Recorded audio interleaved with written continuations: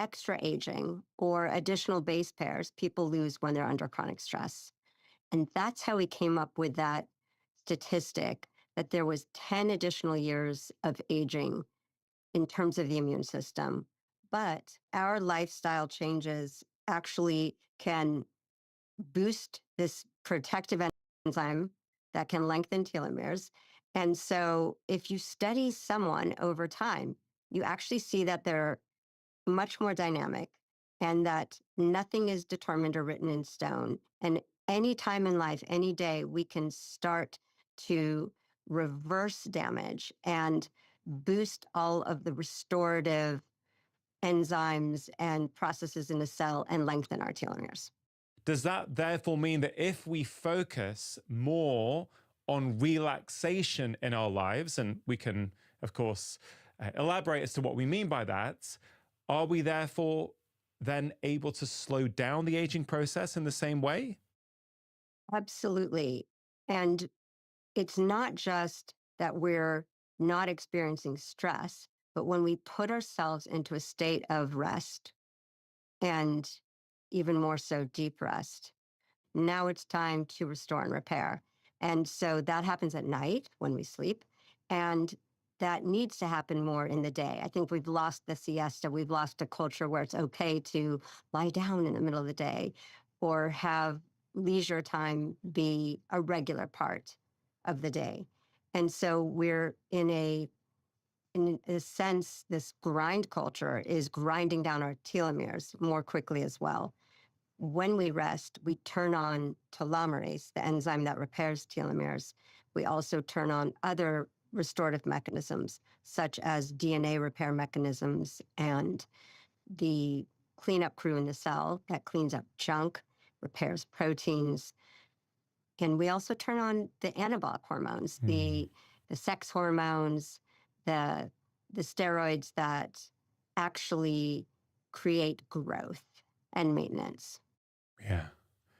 If I reflect on my career as a medical doctor, I don't think that stress per se was really on my radar at the start of my career.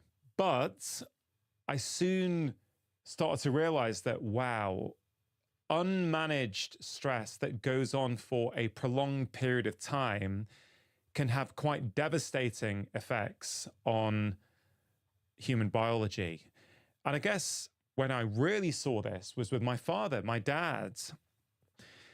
And to cut a long story short, for 30 years, my dad only slept 3 nights a week. There was a consultant physician in Manchester Royal Infirmary, but also when he got home in the evening, he would get picked up in a car and be doing family doctor house calls all night, Wow. 4 nights a week. And I didn't know, dad got lupus, he had kidney failure, he ultimately died in 2013. I've learned so much about the impacts of chronic stress since my dad died. I know that his lifestyle ultimately is one of the reasons why he's not here today. Mm, hmm. That's heartbreaking. And that was his normal default mode. It became what he was used to. If we are living a lifestyle of chronic stress, we tend to become numb to the feelings and thoughts of stress and to the body signals. We don't read them anymore because it's our default mode. And so I think as a society in general, living with an epidemic of chronic stress. The baseline level of arousal for people is not, let's say, normal. It's not a resting state. It is a subtle state of chronic stress. And some people, of course, many people feel the thoughts of the feelings, the subjective stress, feeling overwhelmed, feeling worried, but other people don't. And yet their body is still under the state of chronic stress, but uh, they're not denying it. They just don't notice it anymore. Yeah. They're so used to it. So I think there's a uh, question about like what is our true baseline? Are we under chronic stress?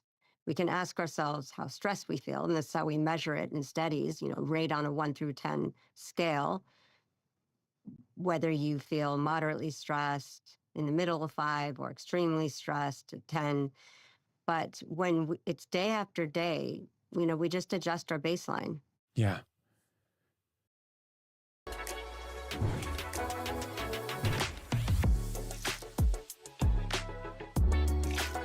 DistroKid makes it crazy easy for me to upload music wherever I am, whenever. I don't need to be at a studio. One of the things I loved in your book, The Stress Prescription, was the way you describe these different states that we can be in as it relates to stress: red mind, yellow mind, green mind, and blue mind.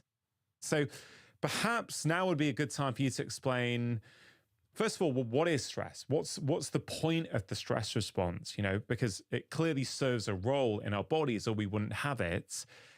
And then from there, it would be really fun to explore these different mind states, because I think it helps us understand where we might be living. And as you say, do many of us even know what it's like to really feel deep relaxation anymore? I think many people just don't, right? So perhaps we can just start with, what is stress, and then move on to these different mind states. Yes, that sounds great. I really like the mind states because it opens the door to us having a labeling system, pretty simple label system of 4 mind states, and checking in with our body and seeing where we're at. And that's step one. If we can turn on the light of awareness, we can then measure, manage, monitor, and reduce stress. And that sounds like a lot of work, but we can do that within minutes. So the beauty of feelings of stress is that they are absolutely malleable, and we can change our physiological stress as well as our emotional stress within 5 minutes. So these subtle, small changes every day that you talk about a lot, and many of your speakers, are really the medicine. They are critical for us to bringing down our elevated, excessively elevated, unnecessary feelings of stress, so that we can actually really tap into deeper living. So that's where the mind states come in. The first mind state is, well, sorry, you asked me, what is stress? We are all experts on stress because we live with so much stress. We know what we do to manage it. We all want to manage it better. You can't get rid of it. It is the fundamental survival, neurobiological, and body wiring that keeps us able to adapt to the ever-changing environment. So we need to be flexible and responsive, and that is beautiful and healthy. So the stress response in a young, healthy organism is a low baseline, a really high peak response, and a quick shut off. That dynamic, flexible, let's mobilize energy when we need it, and then let's recover when we don't need it. And that shut off, of course, is hard when we carry mental stress. So the acute stress response is beautiful and necessary, and that's how we adapt so beautifully to demands. And shifting up and down is so important, but we lose that ability to quickly downshift. And when we're under chronic stress, we can't even upregulate stress response normally. We get a blunted stress response. So acute stress is a different animal. And let's talk about normal daily acute stress. It is our friend. It is our body being excited and responsive and enabling us to really adapt flexibly to demands and perform well. So that's the red mind state, is that acute stress that's healthy, and we have it every day. Now, when we, of course, are having that too much, or we're in these situations where we just can't let down, we are under chronic stress. And of course, that's, as you've described in your book, where the wear and tear on biology, on telomeres, and every other regulatory system happens. When we can downshift from this acute stress response, we get into yellow mind state. And that's where the majority of time is spent for most of us living in an urban, stressful environment.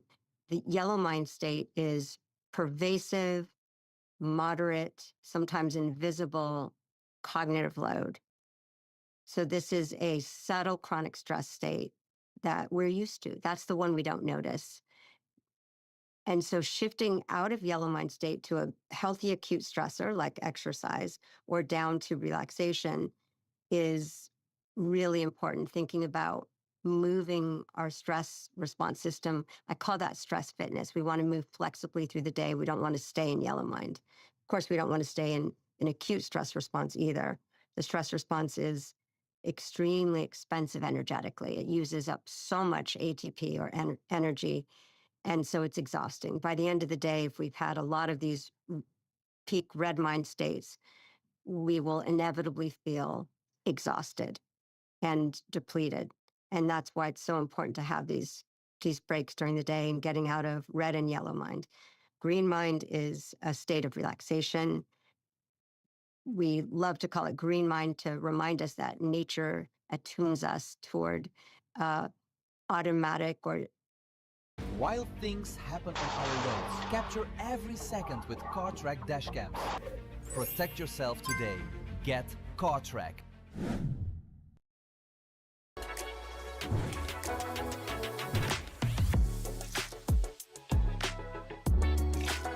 DistroKid makes it crazy easy for me to upload music wherever I am, whenever. I don't need to be at a studio. I don't need to be at a desk. My stats, uploads, everything I can check right here on my phone on their mobile app. I just uploaded a song on DistroKid from the skate park. Just like that, my music is ready to stream on all platforms. or let's say passive relaxation, that we don't have to work hard to have our body let down the stress response and release when we are in a natural environment and we feel safe. And then the blue mind state is the state of deep rest. And I really think that there's magic to blue mind states biologically. This is when we release the most powerful healing mechanisms in our cells. And this is also the state that we get the least. So if you look at your typical week, Rangan, how much do you spend in blue mind states during the day? Well, I'll tell you the sort of things I do each day. You can tell me if any of these are blue mind. I have a little morning routine, and the first thing I do in that morning routine is I meditate for usually 10 minutes, sometimes 15 minutes. I will usually have 2 to 3 walks throughout the day. Sometimes they're only 15 minutes, but it's just my way of, managing my blood sugar and managing my stress load and that kind of stuff. And I will not work in the evenings, barring exceptional circumstances.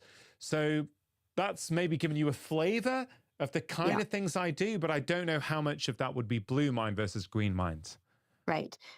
It's a beautiful rhythm of the day, and you're integrating so many of the critical micro interventions in that day. What I really do think of the window right after we wake up and before we go to bed as these critical periods where we really impact our stress response system. In the morning, we prime it for the day. We're either building in a cushion of resilience for the day with some practices that set our nervous system up for lower reactivity and more stability and equanimity. And at the end of the day, we're priming our nervous system for allowing us to release and restore, releasing unconscious stress during the night. So it's amazing with these wearables how we can see how we hold on to stress during the night in our nervous system. We've been looking at that in some of our studies. How much does our vagal tone or our heart rate variability respond to the deepest stage of sleep? How low can it get? And what practices promote that? So, well, daily slow breathing, for example, we have found is very important for allowing us to reach more deep rest states during the night. So very short periods of slow breathing during the day, when we respond with more vagal tone during the night, this is incredibly helpful for relieving depressive symptoms and boosting our mood. That's one of the analyses we're currently working on. But to back to your question, what are these mind states and how do they map onto your day? So in the starting off with these practices that allow us to look into the mind with awareness, mindfulness, mindful movement. So body practices are just as effective as, let's say, psychological or cognitive practices.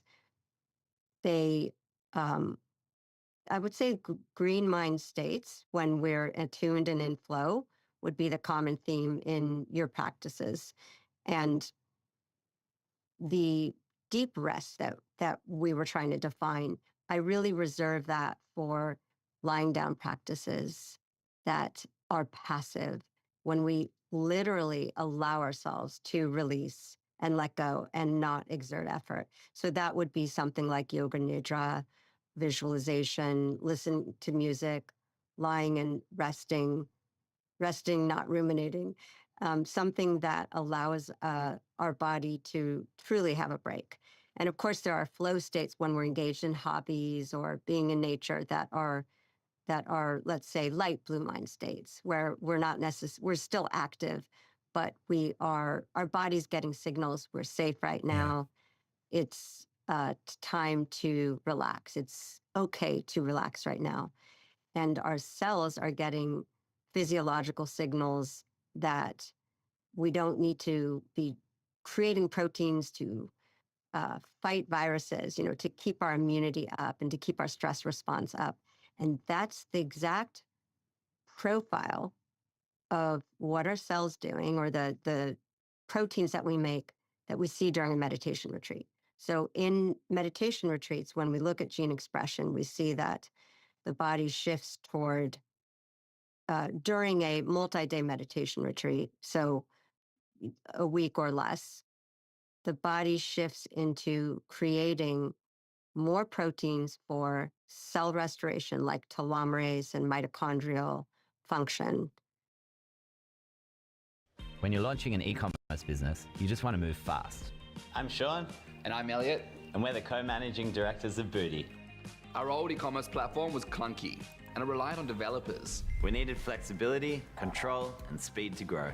So we switched to Shopify, reducing manual tasks, increasing automation and security, and finding more time for the business. Since then, our team and sales have only grown. It's a no-brainer for any business at any stage. Make the switch to Shopify.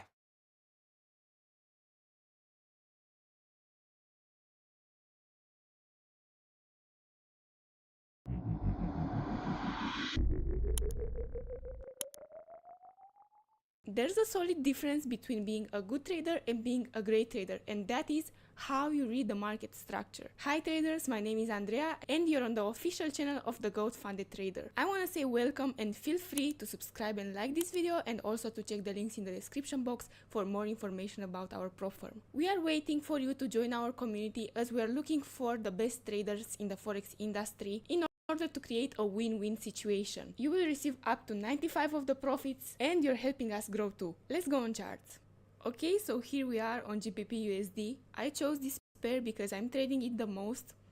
It makes most of my profits, and I believe that it's a great example for what I'm explaining today, meaning the market structure. First of all, I want to mention the fact that this is exactly how I do it, and you can take my explanation and adapt it to your trading plan.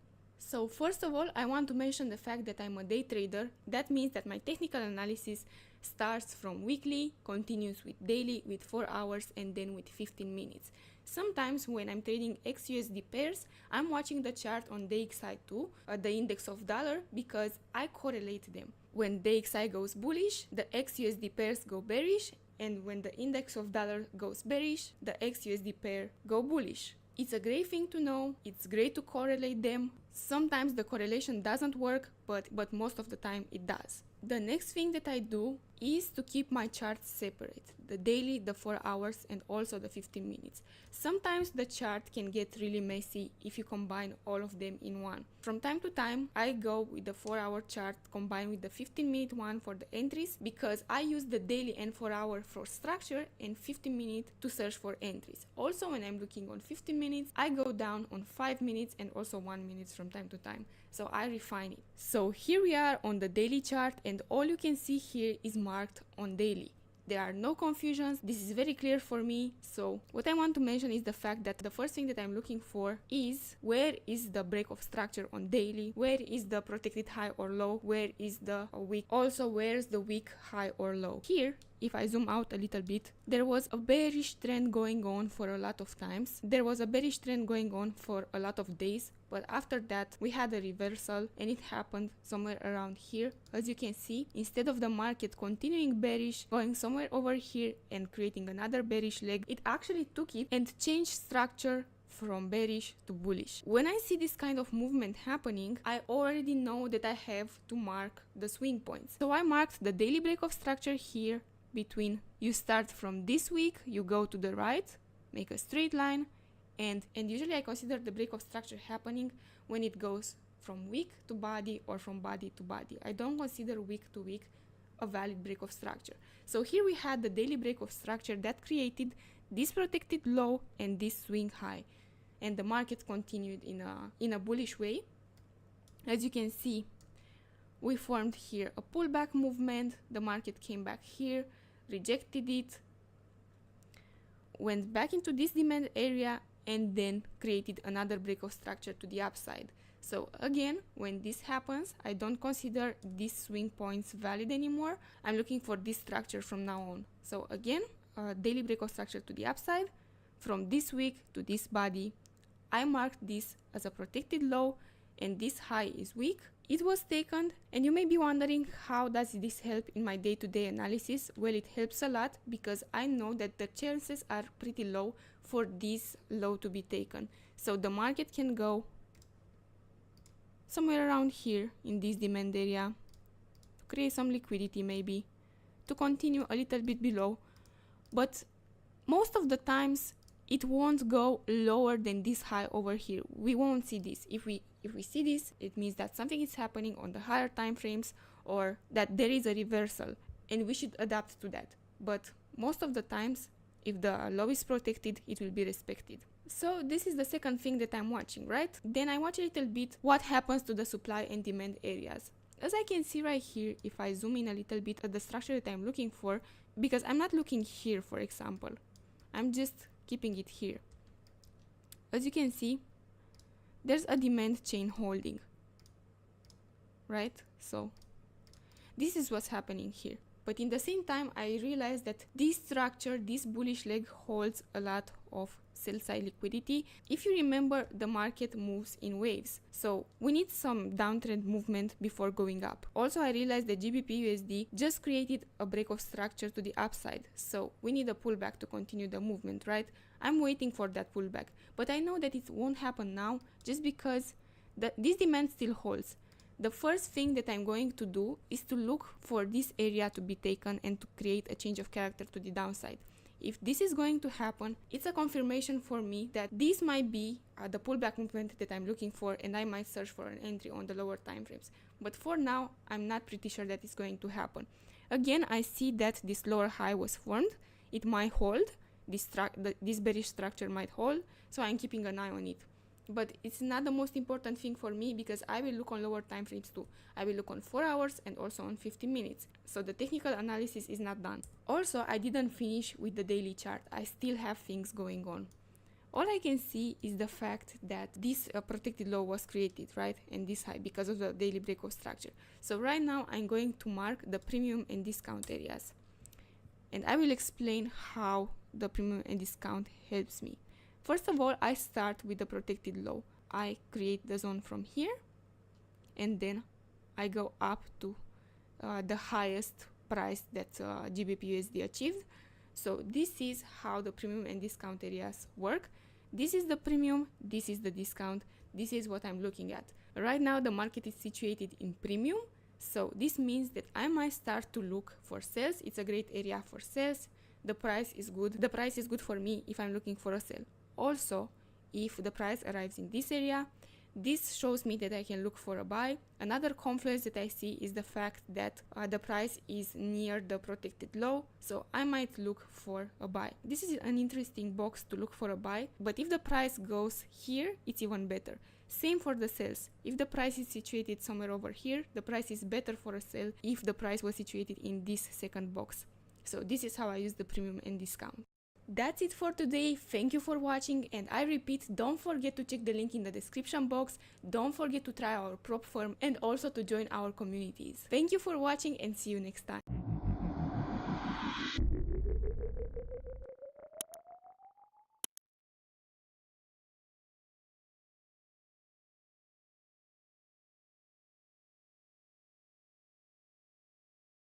And less of the proteins that are toward building up immunity and mounting the stress response. So we get that shift toward what we call growth, maintenance, and repair genes, or the healing process when we rest. And if we're ripping ourselves off of relaxation and we're not getting deep rest, we are aging faster.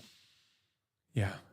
So one thing, Alyssa, I'd noticed over the years is sometimes patients would say, I slept for 7 or 8 hours last night, but if they didn't switch off before bed, they woke up feeling exhausted. So that could have been that they were keeping their mind active in some way, stimulated. It could be they were doing some work emails before bed, or it could be a variety of different things. First of all, I'd love your comments on that. And secondly, would you say that just before we go to bed, it would be a good idea for us to try and get to that deep, restorative blue mind state, almost like a daily habit? I think it's a brilliant place to intervene. It's, as you said, it's the bookend that we control right before bed.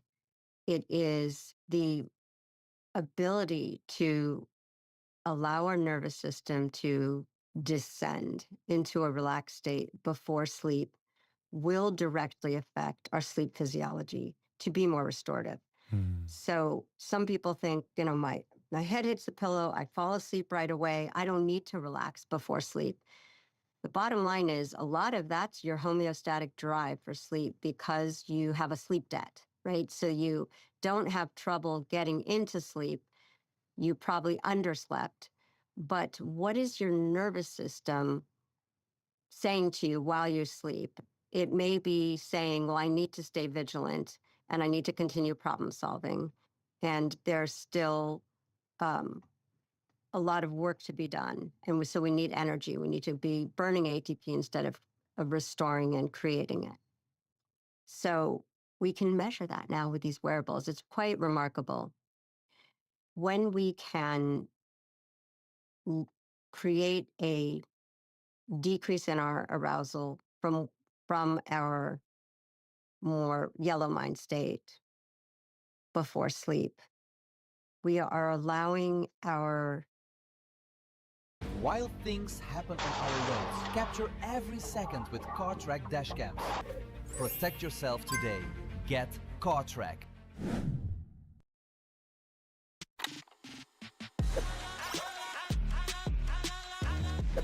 DistroKid is the easiest way to put out music. See, DistroKid makes parasympathetic nervous system to get a head start on reaching its nadir, its lowest level of arousal. That happens during deep sleep. And so during sleep in general, we want to have this release of stress. This is when we reset our metabolism. We develop more insulin sensitivity. We get out of that insulin resistant or pre-diabetic state that we might have been in from stress. We reset. It's also when growth hormone and anabolic hormones that restore and promote growth, depending on what stage of our life. When we're younger, promoting growth. When we're older, repairing and restoring. So these only some of them, like growth hormone as adults, mostly appear during the night and not during the day. So we just want to protect that restorative period. It's precious. I think some of us are just worse sleepers in general, and so we need to work a little bit harder. But I guess my point is, chronic stress can, as we were talking about at the beginning, reset baselines. It can rewire things so that our body is now, even in its rest state, still in a somewhat chronically stressed state. And that we'll see that in our sleep. We'll see that in our food choices, even in our ability to like really connect and relax when we're in social situations and related to other people. You mentioned the term parasympathetic before. For people who are not familiar with these terms, we're talking largely about the two main branches of the autonomic nervous system, the sympathetic, which is the sort of stress, fight or flight arm of our nervous system, as opposed to parasympathetic, which is the rest and relaxation parts. Is one way to think about red and yellow that they're sort of different gears of the activated stress state. So gear one is yellow mind, where you're slightly activated, and red mind is sort of when you're full on activation. And can we say the reverse for green mind and blue mind? So green mind is a little bit of relaxation, I think what you've called relaxed engagement. But then if you really want to go to gear two of relaxation, you need to hit blue mind, which is, I think you wrote in your book that this is where you have a profound sense of safety around you as well. In fact, did you say that safety signals around you are prerequisites even to enter blue mind state? Right. And that was a big emphasis in our research paper led by Alexandra Croswell on blue mind states. This idea of really being able to turn on restorative physiology partly depends on our perception of safety. For us to really be able to let down our guard, we need to feel that sense of physical and social safety. Once we feel that, we can actually really shift gears into that state that we call better than relaxation, that deep rest state. The parasympathetic nervous system inhibits the sympathetic nervous system or the stress response. And so when we feel stressed, we release the parasympathetic nervous system. We have lower vagal tone. That's how we get this big boost in sympathetic activity. But back to your question. Yes, the parasympathetic and the sympathetic nervous system mostly map onto these mind states in the way you described. As you were speaking there, Alyssa, three thoughts came to mind, which I hope you don't mind me sharing. The first one was about this socioeconomic discrepancy we see with health outcomes. So depending on where you live, certainly here in the UK, and I'm sure it's the same in America, your life expectancy can be as much as 10 years different depending on where you live. And there are all kinds of factors that play into that, right? No question. But one of the factors I was thinking about as you were talking there was to do with safety signals. If we're saying that a prerequisite to get into deep restful sleep, which will restore us, is to try and get into blue mind. But in order to get into blue mind, we need to have safety signals around us first. Then it stands to reason that there will be populations living in dangerous areas, noisy areas, police sirens going on around them. That's going to be very, very hard for these people to achieve, right? Second point was this idea that I believe that there may well be many people now, because of our busy modern lives and because technology has basically obliterated the boundaries between work life and home life, I reckon there are some people out there, or many people out there, who may go weeks without ever experiencing blue mind, okay? Which is really quite remarkable. What's your take on that? Hi, I'm with Aquafunded, and our mission is to take care of you, the trader. Every chat, every message, every question, we're here to ensure you're supported immediately. We keep everything crystal clear, so our aqua traders have a seamless experience. When you're focused on trading, the last thing you should worry about is slow support or unclear rules. With us, you can rest assured, because we're here for you every step of the way. We understand that staying transparent is essential. We don't hide behind policies or bots. You're our trader, not a ticket number, and you shouldn't have to scroll through Reddit to understand your payout rules. We know how frustrating it is to feel lost, waiting hours or even days for a reply, only to receive a confusing or cold response. That won't happen with us, because we respect your time and prioritize your comfort. We can't wait to chat with you and support you on your journey to success as an aqua trader.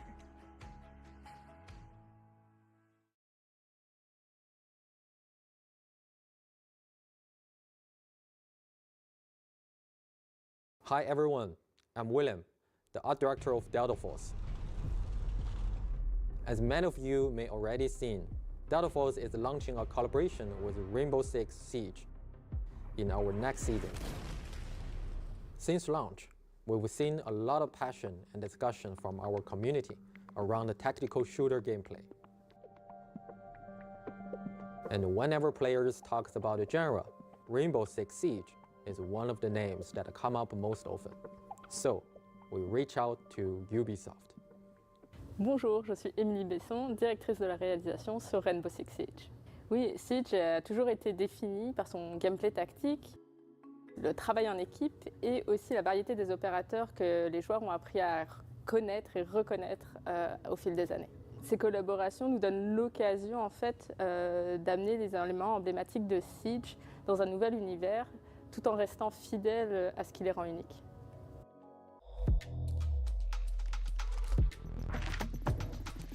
In this collaboration, we focus on two things: operators and Rainbow Six Siege's iconic visual legacy. We selected 3 operators pairings who share the same combat philosophy. I'll be there you need me. 말보다는 행동이지. Call if you need a hand. For classic Siege elements, we choose to honor Black Ice, the Drone, and the Alpha Pack. Ce qui était essentiel pour nous de préserver dans la collaboration, c'était l'identité, l'authenticité de nos personnages. C'est ce qui les rend uniques. On a travaillé main dans la main avec l'équipe de Delta Force pour s'assurer que l'authenticité de Siege, l'identité de Siege s'intègre naturellement dans leur jeu. Both games share a realistic art direction, and finding distinct recognition within that shared aesthetic was actually the harder challenge. We started by preserving the core silhouette and color framework of Siege operators. Doc and Motin's iconic deep navy uniforms, Vigil's signature custom-fitted gear, these stay true. At the same time, within the finer details, we evolve in Delta Force identity. The wear patches from both teams. Motin carries Cineva's badge. Doc has medical kits at his side. To faithfully recreate Black Ice, we focused our material work on internal ice fracture patterns to capture the distinctive texture and cold, austere feel of original. Oui, en effet, Black Ice résonne énormément avec notre communauté. C'est une cosmétique d'armes qui a énormément plu à nos joueurs. Et l'équipe de Delta Force a fait vraiment un travail incroyable pour la recréation dans leur jeu de cette cosmétique, avec un souci du détail extrêmement gratifiant. We employed a dual-layer material system combined with subsurface scattering lighting model. Using camera vectors and a depth texture to offset UV calculations, we achieved the effect of refractor patterns appearing to exist deep inside ice. Et ce qu'on a apprécié et ce qui nous a impressionné, c'est le travail de recherche de Delta Force. À quel point ils ont été soucieux du détail pour conserver nos opérateurs dans leur jeu, qui s'intègrent vraiment comme naturellement dans leur univers. Beyond the content itself, we want as many players as possible to access and experience this collaboration. By completing in-game missions during the season, you can unlock these rewards for free. One more thing, in the new operations map, we've prepared something special for you. You will find a surprise in the maps that are meant just for you. Once the crossover goes live, go find them. Once more, onto the bridge. Dear friends, once more.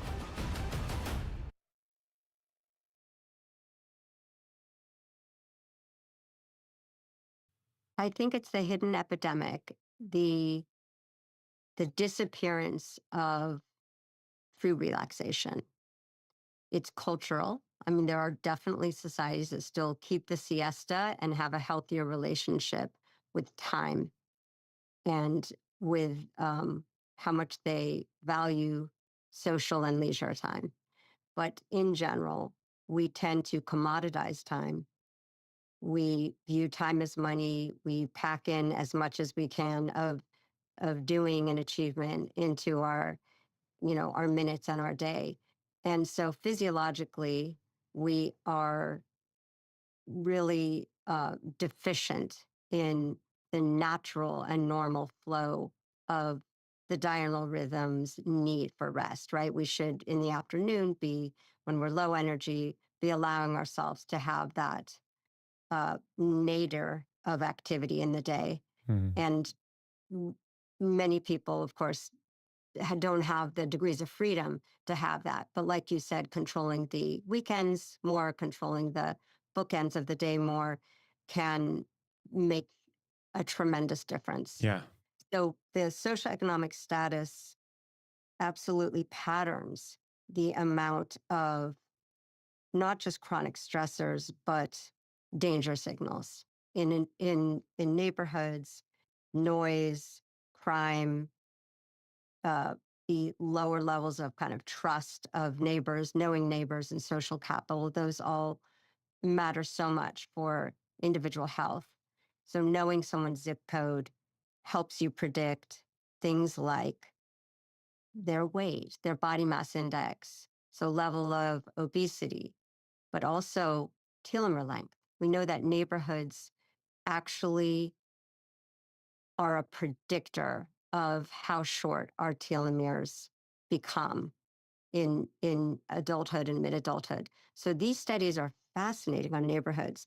Things that matter that come to the top are feelings of safety, the what we call deprivation, neighborhood deprivation. So these measures of how much a neighborhood has things like grocery stores and community resources. Stop scrolling endlessly. There are better ways to find the perfect car. Did you know that AutoTrader automatically compares each car's price against other similar cars in the market? So whether you're after a car with all the bells and whistles, or a car that may need a little TLC, use the filter to show only the price ratings you prefer.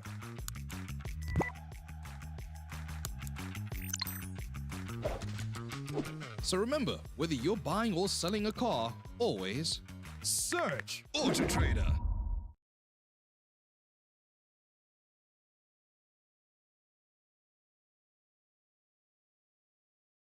How has Shopify improved not only your business, but your lifestyle? I think the reliability of Shopify as a platform has allowed us to start thinking bigger and give us more free time to actually think about how we can scale the business rather than being in the weeds thinking about the operational parts of the website, because we know it's taken care of. It doesn't matter if your business is 1, 2, 10 or 100 people, Shopify scales with you. It's a no-brainer for any business at any stage. Make the switch to Shopify.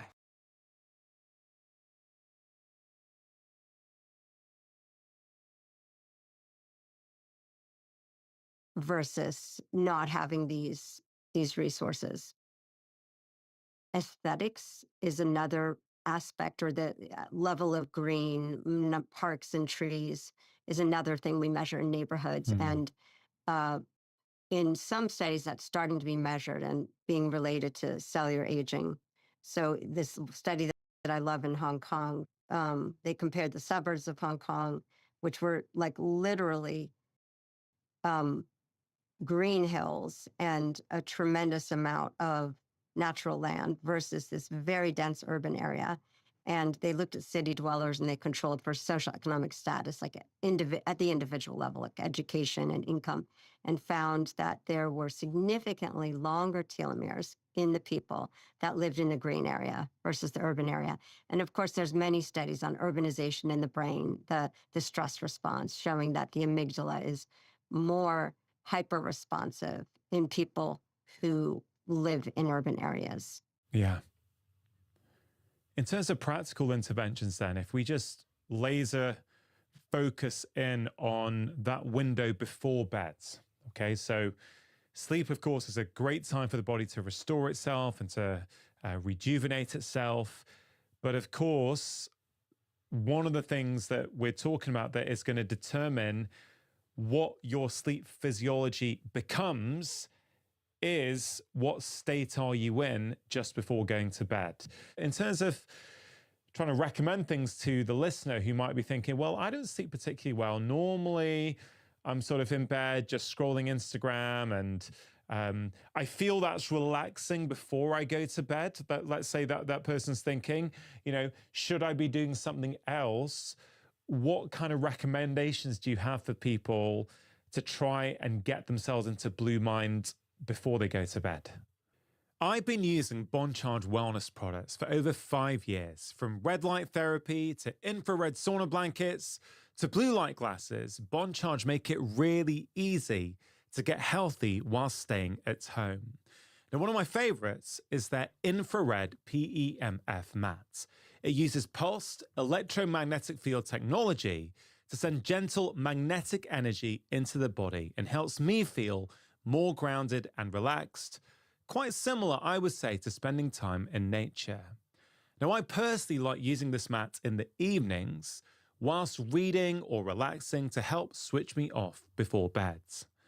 So if you're looking to take charge of your health at home, I highly recommend you consider adding the infrared PEMF mat into your daily routine. Bon Charge are giving my audience 20% off all of their products. All you have to do is click the QR code on screen or go to boncharge.com and use the code LIVEMORE to save 20%. I really admire people who leave their phone in a different room or even a different floor. Um, Most people are looking at their phone, and it we use the screen for so many things that it's very easy to have excuses and then to flip right to social media and to scrolling. And there's no question that even if it's rewarding in the short term and it feels good and it fills time, it's activating threat responses. We're just bombarded by so much information, uh, exponentially more information than our brains are used to even 10 years ago, just the amount of stimulus. So clearly, having this protected period, as you described, 2 hours is wonderful when you can do that, where you are shutting down the doing mode from work, maybe making a to-do list of what you need to do the next day, not talking about work with people at home, having less blue light, so less screens. And then what you do with that time, that ritual is so individual and personal. And so I can list off ideas and some of the things I do, but really just having one or two things that your body is conditioned to do is the trick. Because when our body gets the signals, sensory signals, lighting signals, where we are in our house, it starts that wind down process. Like the nervous system is absolutely sensitive to routine, order, and conditioning. So, for example, I will come into our bedroom and set it up by creating a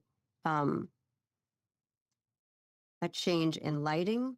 I will put on a aromatherapy diffuser, lavender or different mixes, but lavender is clearly one of the more relaxing aromatherapy interventions, and music. And so right there, that's a completely different sensory environment. Adding some yoga poses that are restorative or stretches might be part of someone's routine, especially if they haven't moved much that day. You could even do it in bed if you're that tired. You can do forward bends while sitting. So some of the big guns that I'd use. I love to be technology free, but the truth is these biosensors, when we benefit from them, are a whole new source of information. They promote a whole new level of awareness of where our nervous system is at, which is otherwise invisible to us. We may think we know how stressed we are, but unless we're measuring it, we don't know. Our feelings of stress are not tightly correlated to our nervous system physiology. You make music wherever inspiration hits. A rooftop, a mountaintop, an ancient wonder of the world. Doesn't matter where you are, DistroKid puts your music everywhere else.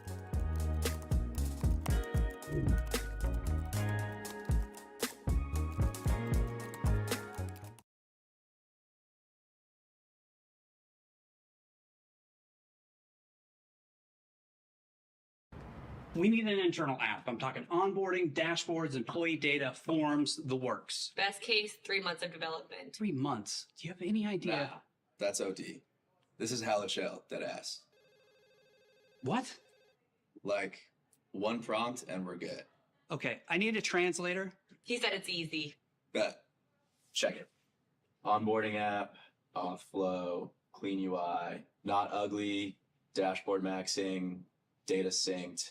Whole thing is gonna mog. Okay, what the is going on? Apparently with Jotform's new AI app builder, you just describe the app and it generates the whole thing. Pages, forms, dashboards, even user login, no coding whatsoever.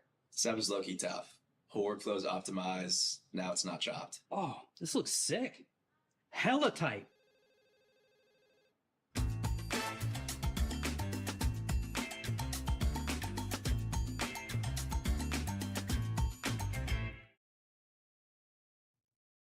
So that's kind of a foundation of stress science that we need to measure both. And you first asked me, what is stress?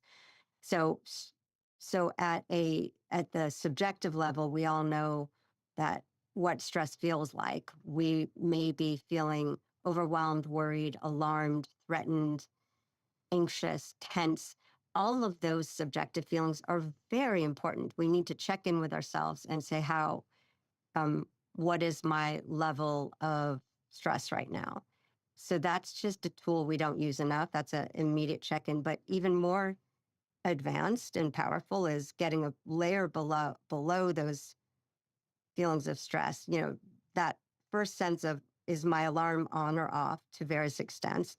The second layer that's much more powerful is emotional granularity. What are the different emotions that I'm feeling right now, and why? So that's a deeper dive into data collection about our mind-body state, because emotions really inform us about how we're feeling and why.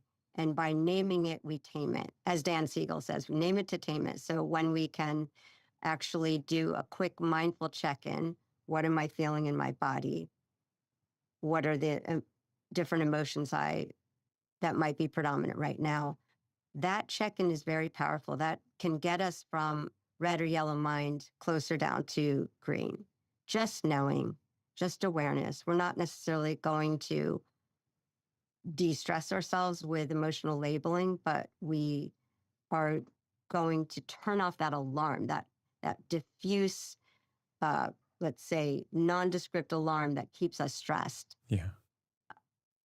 So the gadgets. So I use, well, right now, I've got something on my arm that is something I've recently been trying, which I actually really like. This is called the Apollo Neuro, and it does give very subtle, gentle vibrations to the body that feel calming to some people. So I'm particularly responsive to this, and you can wear it at night as well. I like to also, during tough periods, use a biofeedback monitor right before bed. So I have it right next to my bed.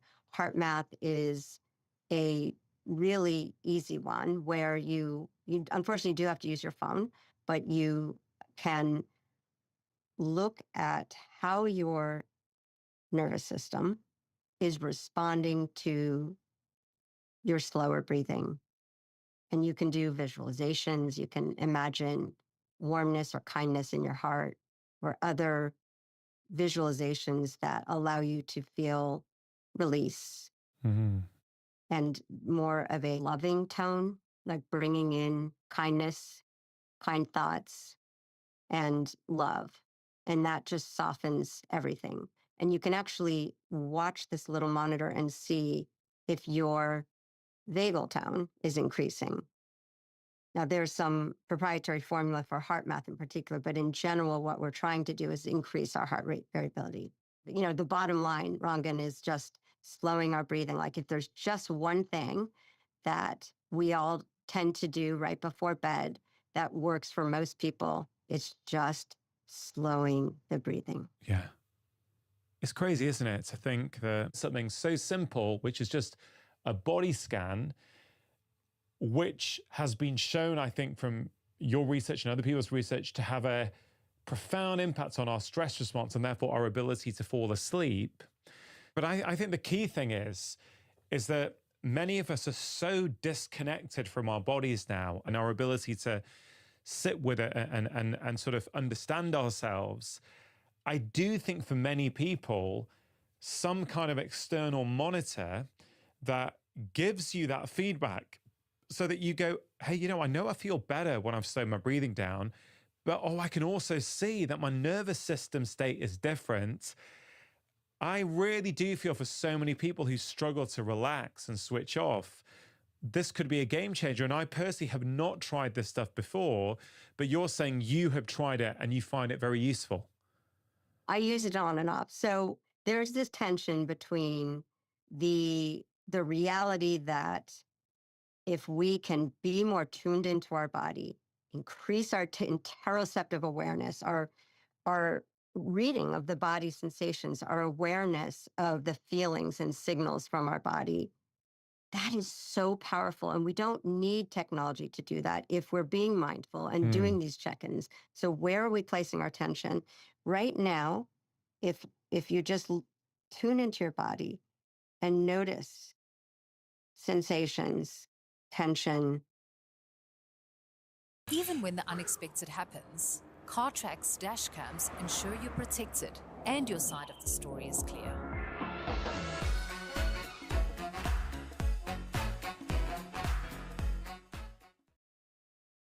Inside a Discovery Bank card, there's more world traveling, more healthy eating, and more happy spending. Because the delight is inside. This just automatically slows our breathing, right? We just all of a sudden are getting into our sensory world. Very, very powerful. It's almost impossible to be really worried and cognitively stressed and problem solving while at the same time focusing on our breathing or releasing our muscle tension. So shifting to something sensory, could be nature, petting our dog, tuning into our body, giving ourselves a hug. Big shift. We can do that for free. It's cheap, no technology needed. That's the tool we want. But boy, we need extra help. It's really hard these days. We are so bombarded by stressful things in the world and in our personal lives. I'll accept all the help I can get. So I use things like Heart Math Monitor on and off. I recently had a conversation with John Kabat-Zinn, who has been, of course, practicing and teaching meditation all of his adult life. And I'm a big proponent of Aura. I'm also one of their science advisors. So that's my disclosure for measuring stress in the body. And so I was telling him how exciting it is to be able to, on a daily basis, I look forward to looking at what did my nervous system do during sleep, and what was my stress response when this or that happened. And at the end of the conversation, he said, that's wonderful, but I would never need that because look at this. This is what I've been doing my whole life, this reading my body. And so that enhanced dedication to paying attention to the whole of us and interoceptive awareness is supersedes and overrides our need for technology, but most of us are not being that mindful, and we need that. Yeah. Could benefit from that help. Although I do want to say, Rangan, that about 30% of people, that's probably a high estimate, do not benefit from monitoring their sleep. It makes them more neurotic and anxious. Yeah. So this is definitely not for everyone. What would you say, Alyssa, for people who do have wearables, whatever brand they've chosen to get, what are the key things that you would like them to look at to help them understand the impact of stress on their bodies? It's a great question. I think wearables are great for increasing our awareness for limited periods where we can actually become aware of how our exercise habits, our sleep times, all of these things are affecting our nervous system. And for people who love to wear it all the time, I rarely take off my Oura ring. That's fine. But the real goal is to increase the synchrony, the attunement that we have with our body, and know what daily interventions, nudges, micro practices help us, and then stop monitoring, right? So once we know, we know. I mean, it's beautiful that you can give yourself this holistic, here's where my mind body complex is at today. So maybe I want to be more gentle. Maybe I need to do more self care, or maybe I'm ready to like seize the day. That's the goal, really, right? Not to depend on wearables. I really feel more strongly about that when we think about glucose monitoring. Glucose monitoring can drive you absolutely crazy when you put in a continuous glucose monitor, and you can see how your glucose responds to everything you do, to your sleep, to every meal, to stress eating. I've been so amused by how dramatic my glucose responds to when I haven't had enough sleep and I'm stressed about something. And if I eat the wrong thing, boom, I'm like in a pre-diabetic state. So I study that, but seeing that, oh, that happens to me too. It doesn't matter that I'm skinny and that I think I do the right things. We are all vulnerable to these laws of stress physiology.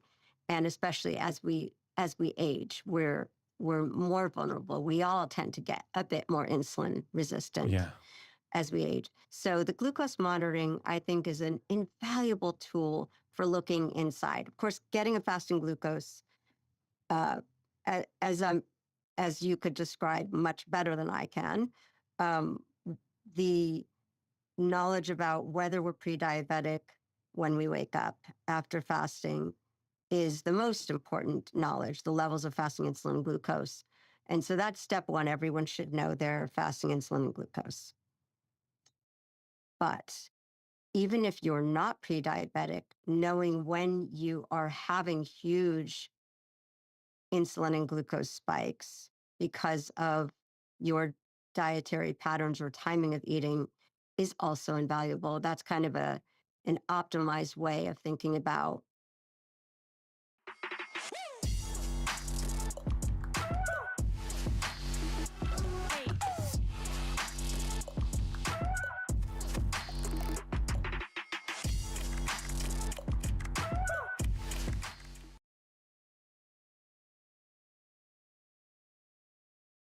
really promoting metabolic sensitivity and enhanced functioning in our older years. Yeah. Now, I'm just going to answer the rest of your question about what to monitor. Okay, sure. When we look at a biosensor for stress, we're just measuring physiological stress. This has some relationship to our emotional stress, but that correlation is usually pretty weak.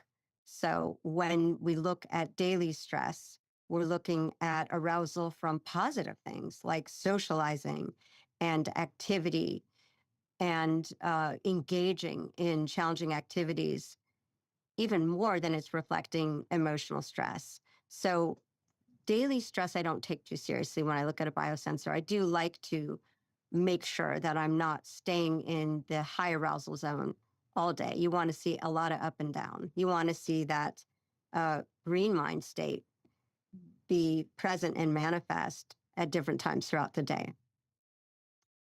The nice thing about these wearables is that they're moving more toward longer term monitoring so that we're really focused on what's our trajectory. Are we in a high risk zone with the way we've been sleeping and with the way our nervous system has been working over the last weeks or months? So for example, Aura has a measure called cumulative stress that has been trained on the measure of burnout and chronic stress by people's lived experience. So they've trained this metric of cumulative stress based on people who are experiencing high levels of chronic stress and burnout. So that's a very valuable and meaningful metric. And we want to try to monitor that in a monthly fashion to make sure that we're staying in a lower risk zone. One thing I did want to talk to you about is your study on mindful eating in pregnancy. I thought it was quite profound because from recollection, there was an impact on blood glucose and also things like cortisol and moods. Could you just walk us through it, what it was and what it found? We've been very interested in using mindfulness and mindful eating to help people right before they're eating, when they're starting to feel cravings and hungry, to bring in the ability to determine, is this real hunger? Is this craving about boredom or sadness? Or is it that I really need calories right now and I should have a meal? So just that check-in interoceptive awareness, really, about true hunger versus emotions disguised with hunger.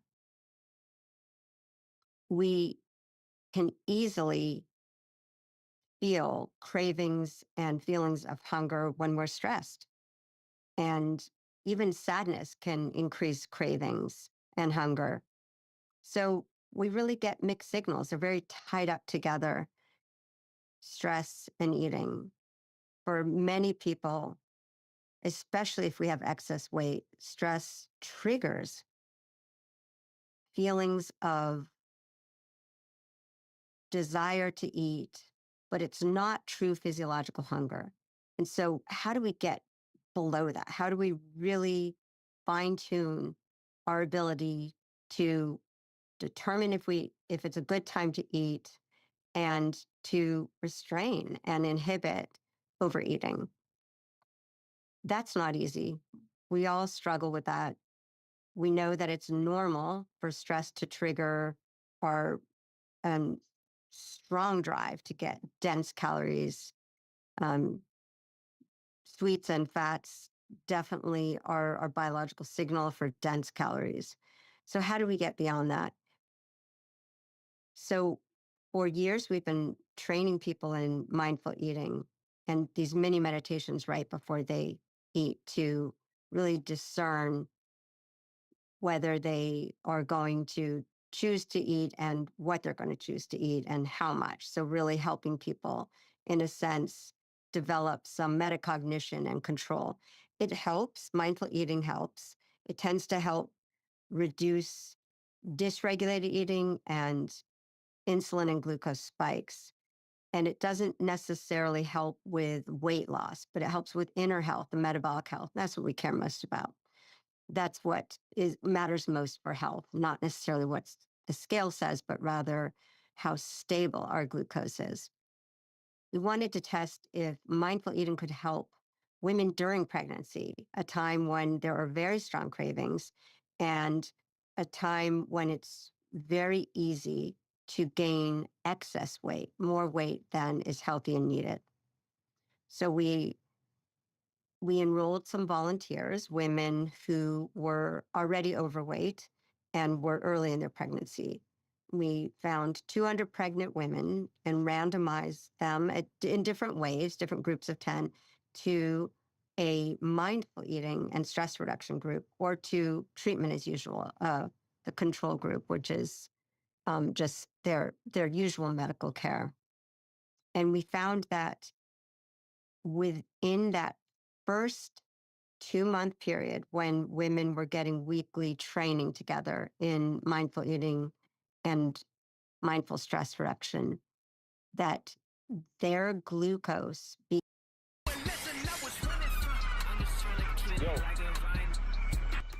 Hey, bro, I know you like to perform for the sunset, but when you gonna give it to the people?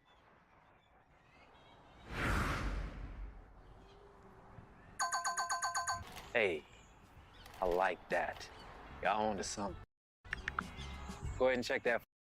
Became much more normalized.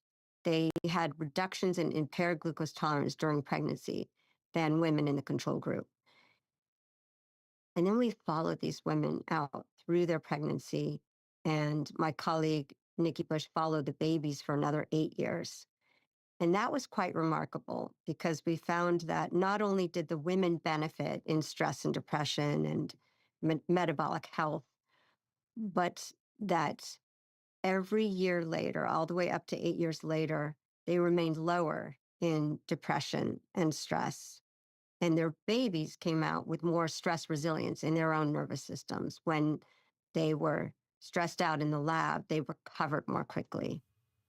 And this is incredible hearing that. I mean, so you're essentially taking a cohort of pregnant women, teaching them about mindful eating and, more awareness before they eat. Is this physical hunger or is this emotional hunger? And that's having an impact on their glucose control, their stress levels, their mood, which you can see even 7 or 8 years later. But it's also having an impact on the fetus. And so when the fetus is born and is a baby, the stress resilience of that child is improved. I mean, this is quite profound, Alyssa, what you're saying. What do you think was going on in that study? I mean, what was the change that occurred that led to all of these quite phenomenal results? Yes, that's the big question. And we absolutely need to study this further to really understand the mechanisms. But we're so excited. We know that the benefit is high of this group training and the risks of it are low or non-existent. Yeah. And so it's so important for hospitals and healthcare systems to know about not just offering mindfulness for stress reduction, but for this very critical period for pregnant women, that this is potentially creating tremendous neuroplasticity in the mom's brain and eventually, it looks like, in the developing fetus, as you said. We just don't know exactly what led to all these benefits. So the mom is creating an intrauterine environment that's healthier, less metabolic stress, less physiological stress in terms of her perceived stress being lower. Her physiological stress is then presumably lower. Her glucose is at a much more healthier level during those months of development. So there was that prenatal priming or period of critical development that may have contributed to some of the offspring benefits. They also came out with less early excess weight in the babies too. It could be that the moms were then using these stress resilience skills as they're parenting in those early months when things are so stressful. Yeah. I mean, one thing we do know from other pieces of research is that how stressed a parent is around, during pregnancy can impact the child's stress resilience and have a long-term impact on that. And I don't say that to make anyone feel bad. Everyone's doing the best that they can. Sometimes we do have stressful lives when we're pregnant, but there are some cultures out there who do prioritize rest. Okay, we know, for example, in Denmark, which is regarded as one of the happiest nations in the world, I've spoken to quite a few Danish people before who say in a lot of the offices, you leave at 4. That is alien in the UK. It's even more alien, I would say, in the US. My perception of America is that there is a real go get them work culture, don't stop, don't get much maternity, as soon as you can, let's get back to work. And again, I'm not here to criticize or judge. It's just an observation that different cultures clearly prioritize different things. And And the different things they prioritize lead to different consequences. Absolutely. And really, the culture, the beliefs, the common values, that is the most important lever in determining, are we a healthy country or a sick country? Yeah.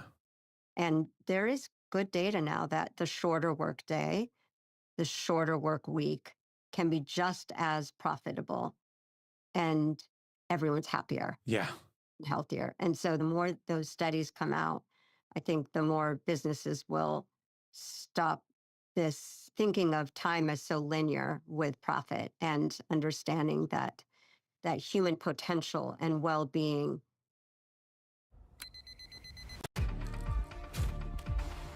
There are some people for whom good enough is never good enough. Dedicated people, demanding people, unrelenting, laser-focused people.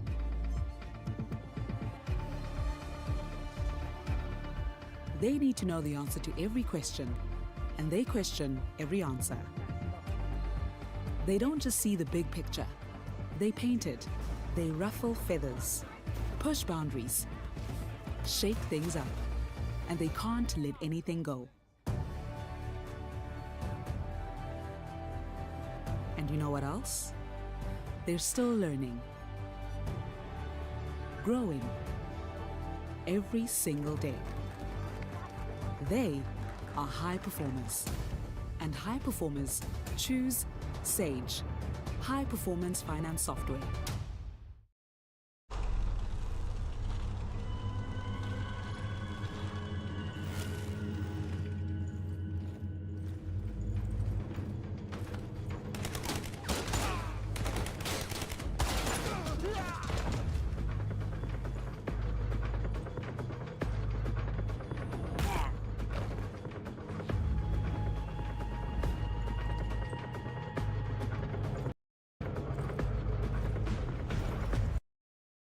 Is the real resource to invest in. Yeah. Have you tried to meditate before? Perhaps you've heard about some of the benefits, like reducing stress and increased focus, and you've given it a go and thought it's not the practice for you. Well, I believe that may well be because you have not tried the right approach. The Way is the only meditation app with a single long-term pathway. You're not forced to make loads of choices each day. Instead, you're guided on an enjoyable and progressive journey that deepens your practice step by step. Since I partner with The Way, I have had so much positive feedback. One listener said, "Dr. Chatterjee, I came to The Way through your podcast. I have tried other meditation apps in the past with limited success and like the idea of following a single guided path. I'm nearly 2 months in now and loving it. Henry's gentle and concise approach is very calming, and The Way is now a part of my morning routine." You see, that's the sentiment that so many people report when they start meditating with The Way. For listeners of my podcast, The Way is offering 30 free days to establish your own meditation practice. All you have to do is click on the QR code on screen or go to thewayapp.com/live more to get started.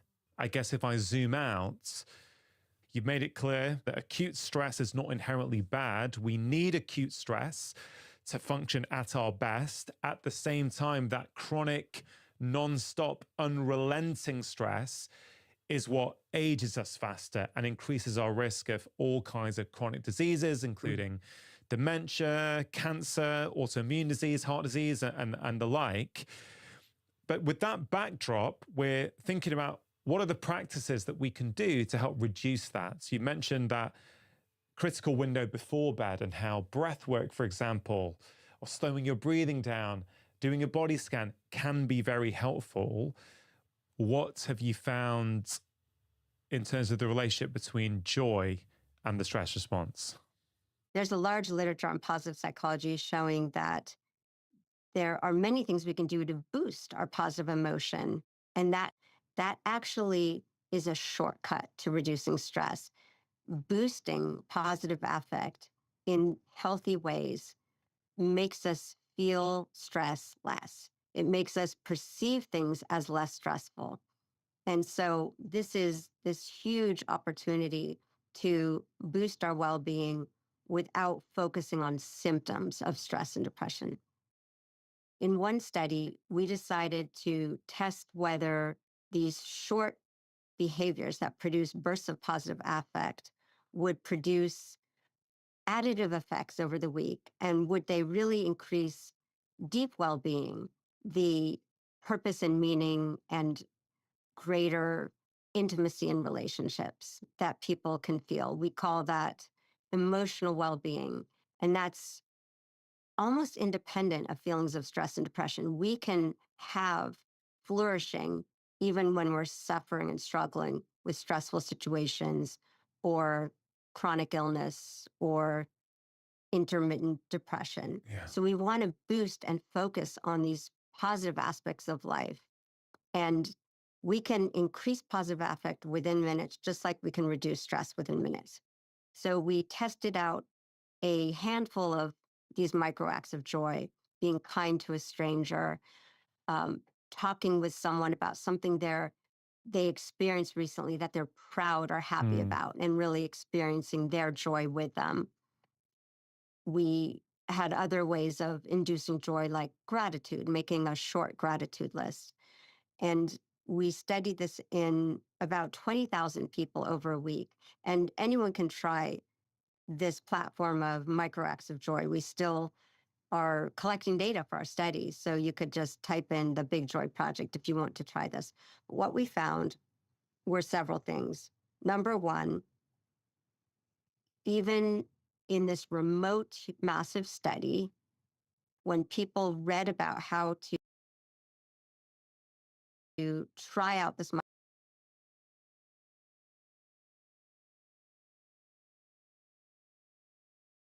micro act of joy, it boosted their positive affect to various extents, but that positive affect often lasted through the evening. When we again measured their feelings of positive and negative emotions, we see lasting effects. And over the week, we see a buildup of joy, this positive cycle where the next day, when they woke up, they actually felt a bit more positive than the previous day. So that was a beautiful shift, really, in their baseline emotional tone. And at the end of the week, we found improvements in feelings of altruism and prosociality. So this social